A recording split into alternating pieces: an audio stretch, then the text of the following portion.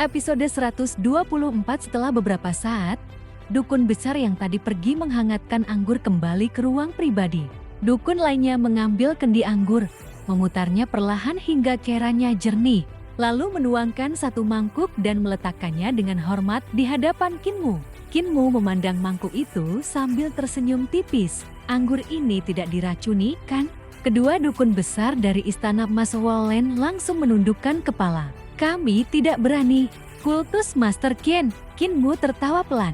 Aku adalah dokter surgawi yang pernah belajar dari Jade Face Puyan King. Jika kalian mencoba meracuniku, itu hanya akan menjadi lelucon. Kedua dukun itu ikut tertawa. Meskipun senyum mereka terlihat kaku, namun tiba-tiba senyum Kinmu menghilang. Tatapannya menjadi dingin. Ia menunjuk dukun yang menghangatkan anggur.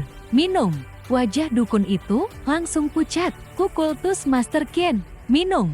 Suara Qin-mu terdengar lebih dingin dari sebelumnya. Tubuh dukun itu gemetar.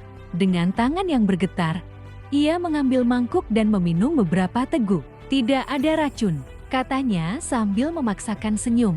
Tetapi sebelum kata-katanya selesai, tubuhnya mulai bergetar hebat. Kulitnya mengerut, tubuhnya menyusut dengan cepat seperti balon yang kehilangan udara. Dalam hitungan napas, daging dan darahnya menghilang hingga hanya menyisakan kulit dan pakaian. Tak lama kemudian, ratusan serangga beracun merangkak keluar dari dalam tubuhnya. Serangga-serangga itu berusaha melarikan diri ke segala arah. Tetapi api tiba-tiba muncul dan membakar semuanya menjadi abu. Dukun besar yang satunya lagi langsung pucat pasi, tanpa menunjukkan emosi sedikit pun. Kinmu mengetuk meja, tuangkan satu mangkuk lagi. Dukun itu hampir menangis. Kultus Master, anggur itu memang beracun.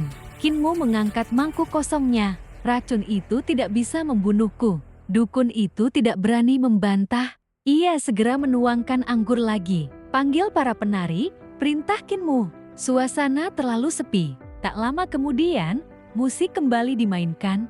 Para penari masuk ke ruangan dan mulai menari dengan anggun. Kinmu makan dan minum dengan santai seolah tidak terjadi apa-apa. Ia menikmati makanan, memuji tarian, dan sesekali bertepuk tangan ketika pertunjukan membuatnya terhibur. Waktu berlalu perlahan.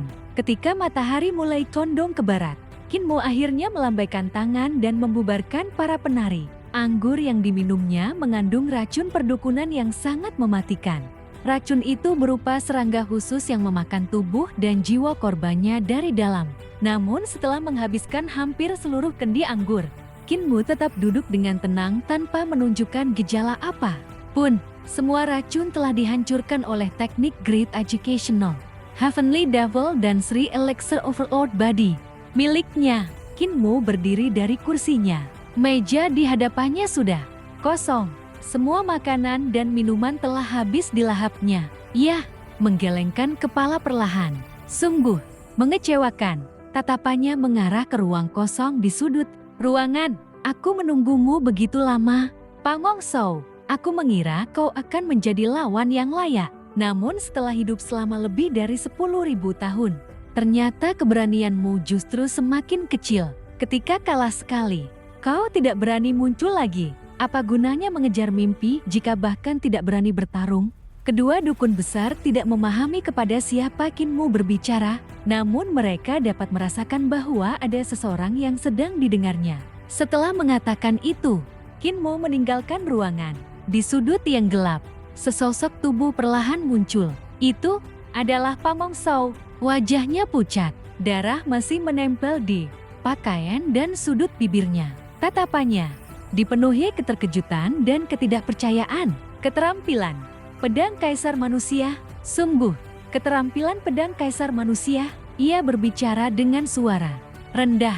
Hari ini Kinmu telah menggunakan terlalu banyak teknik yang luar biasa. Sutra Mahayana Rulai, teknik 9 naga, kekaisaran, keterampilan pedang kaisar manusia, serta seni pedang yang memiliki bayangan Eternal Peace Imperial, Preceptor. Semua teknik tingkat tertinggi itu telah dipadukan menjadi satu. Bahkan Pangongso yang telah hidup selama puluhan kehidupan tidak dapat memperkirakan perkembangan seperti itu saat melihat pedang lautan darah milik Kinmu. Ia langsung teringat pada kaisar manusia generasi sebelumnya. Cahaya pedang itu pernah dilihatnya ratusan tahun lalu, dan sekali melihatnya, seseorang tidak akan pernah bisa melupakannya. Karena itulah ia kehilangan ketenangannya, karena itulah ia terluka, dan karena itulah ia memilih melarikan diri. Setelah menyelam ke sungai dan berusaha kabur melalui bawah tanah, Kinmu masih mampu menemukannya menggunakan mata hijau, surgawi, tongkat bambu, palu, besi, pisau penyembelih babi, semua benda yang sengaja ditinggalkan. Kinmu ternyata merupakan jebakan untuk memburunya. Akibatnya, luka Pangongso semakin parah. Meski begitu, ia tetap berhasil melarikan diri. Keahliannya dalam teknik pelarian memang sudah mencapai tingkat tertinggi. Selain itu, jiwanya sangat kuat. Meskipun tubuh barunya masih lemah, kekuatan yang tersimpan dari kehidupan-kehidupan sebelumnya masih ada di dalam dirinya. Jika terdesak hingga batas terakhir, ia masih mampu meledakkan kekuatan yang cukup untuk membunuh Kinmu. Karena itulah Kinmu tidak terus mengejarnya. Ia tahu bahwa memaksa pertarungan saat itu hanya akan berakhir dengan kerugian bagi kedua belah pihak. Pangongso menarik napas panjang.